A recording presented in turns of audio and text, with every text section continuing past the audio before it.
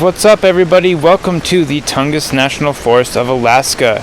In today's episode on the Everything Travel Nurse Show, let's head on inside.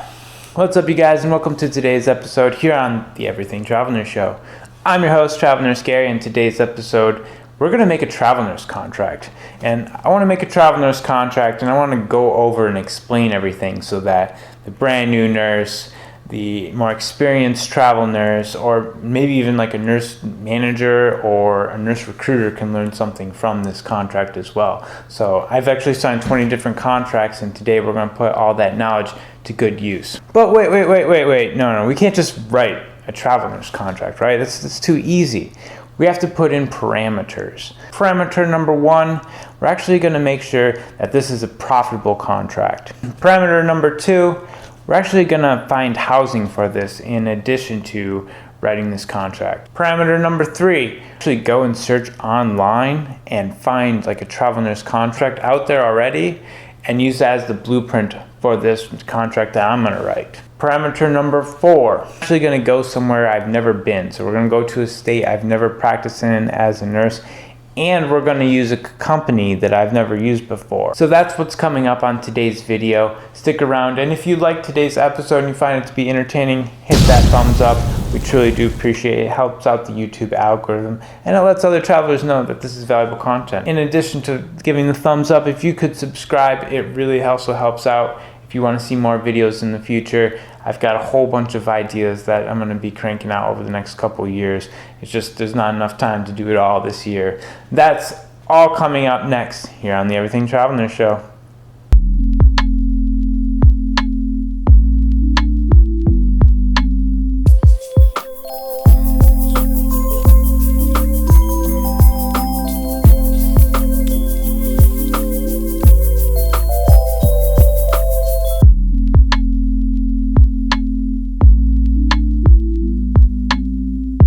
Alright, let's go right into it. We're going to use cross-country travel nurse. One of those parameters is a company I've never used before. Parameter number four, we've got to go to a state I've never been to. And we're going to use Texas because it's the biggest state, and we're just going to make it a little bit easier on ourselves. I'm going to be an emergency nurse, and let's go search for jobs real quick and see what we can find. Alright, so one thing I want to teach you real quick while we're in this page is always go for highest pay, and then also look for the exclusive. That means that cross-country is going to be the exclusive contract or the primary contract with that hospital, and then all those other contracts are going to be subcontracted out through other companies. So that's just something to look out for. And look at this contract. Is it 3,600, 3,680? So say 3685 weekly, 12-hour nights, 36 hours a week, 11 weeks. That's what we're going to use. Let's move on and go to housing. That's parameter number two. Let's look for Dallas, and let's go in and let's say a month out from now, and let's look for housing. And I was trying to be profitable, and I was trying to live off about 25% of what I make. So I'm always looking for something that is much less than what I make weekly. So here we go. Let's search around. Let's find something. We're going to assume that in this area we're going to have a car and parking, so I'm not going to be too worried about the location. We're just going to find something. And you can see that there's plenty of housing in the Dallas-Fort Worth location where there's a lot of MTR, midterm rentals, that is just easy to find. And here we go. We've got one $2,000 a month. That's easy peasy. I mean, we have plenty of money left over. Another $1,865 to pay taxes, to cover everything else. And I mean, $1,865. I only live on 25% of what I make, and then I invest the other 75%. That's just my personal way of doing things. You're free to do whatever you like. Alright, so when it comes to the travel assignment agreement, this is basically stating that you're the one who's responsible for understanding the terms of the contract. Make sure that you thoroughly understand it before you sign it.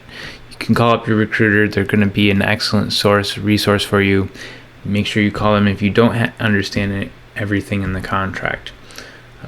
They cannot provide you with tax information with that, though. I have a tax accountant that helps me out. I go and talk to him every single year. I kind of give him a layout of what my rough plans are, and he helps me out tremendously.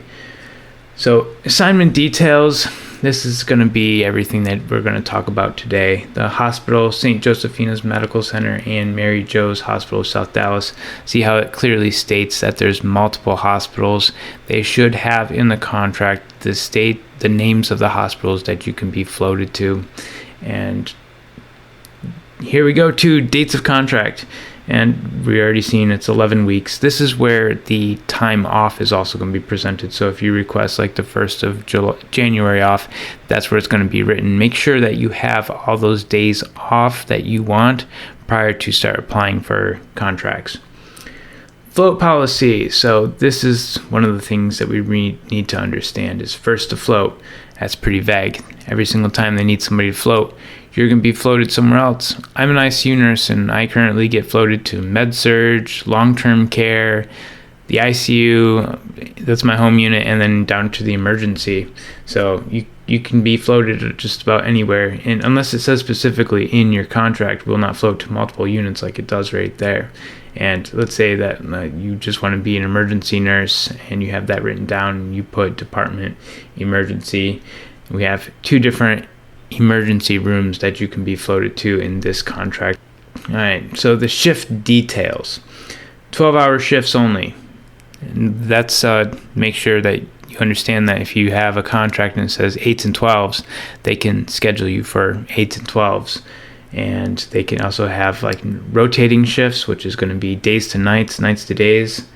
And they could have day shift and night shifts. And you can see very clearly that the shift details is 12-hour shifts, night shift, 6 p.m. to 6 a.m. Guaranteed hours. Every single agency is going to be a little bit different on this one. I think it's IA that has like a no cancellation policy, and they always guarantee 36 hours. I'm okay with going home every now and then.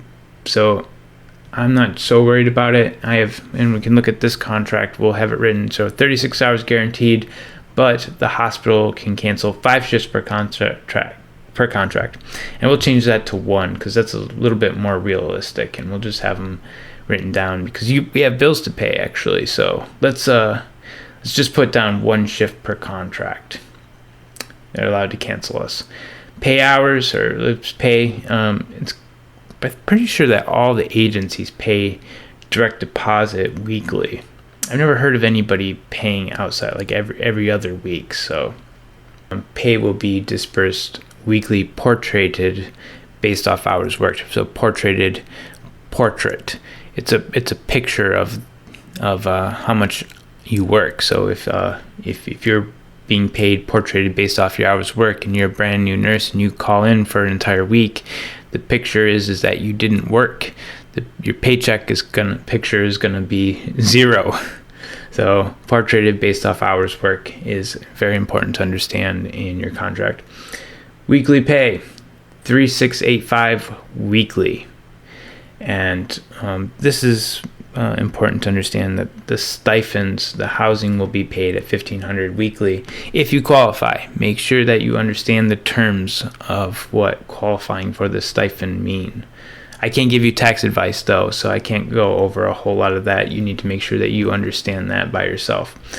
Housing $1,500 weekly. Food, parking, and etc. will be $500 weekly. So let's say that like the hospital charges $80 and you already know that in advance, and so you contact your agency and said make sure you add on the extra $80 from the $420, and they'll bump up your overall housing stipend or your weekly allowance stipend up to $2,000. And everything is negotiable. So I've heard nurses like getting their scrubs, their shoes, their stethoscope, like everything can be reimbursed too. So I've contracted. I remember one time I negotiated my flight from London to LA because I was going to work on my vacation from Europe to get that reimbursed. So I got my flight from London to LA reimbursed. If I was going to work and it was a necessary expense that was needed to complete that contract. So also looking over those rates, this is a great nursing contract. So holiday rate $125, callback rate $125, minimum 2 hours, overtime rate, anything over 36. On-call rate, $3 is normal, but this is a great nursing contract, so we're doing $25 for on-call. Insurance, this is not an insurance video. Make sure you understand how your insurance works and whether or not you're getting insurance through the company because they offer great insurance, or if you're going to be buying your own insurance. And I do a combo of both, actually. So I have insurance through my agency, but then when I take time off, I call up my insurance broker, and she'll have me covered for when I go on vacations outside of the country, because I usually only work 9 months of the year. I take 3 months off, and when I take my 3 months off, I have to call up my insurance broker and get health insurance for an entire month. All right, and that's what this contract looks like. Let's take it on over into Microsoft Adobe and say that this is a great nursing contract. Texas is going to be great for beginning the year off. It's nice and warm down there. I like it. I've never gone down there, always wanted to. And let's go ahead and let's sign this contract, right? Let's do it. And we'll put the date of signature down there too. And then we'll also put the zip code, and the zip code is usually going to be where you're staying at temporarily, so that they can get your drug test done and get all of your labs done. If you're going to California, you've got a lot of labs to do, and if you're doing your first contract, you might have some additional tests you have to do. So that's all we've got for this week's episode. Hope you enjoyed. The sun just came out. It's time to go. I hope you enjoyed the episode. Leave your comments in the section below. That's all we got.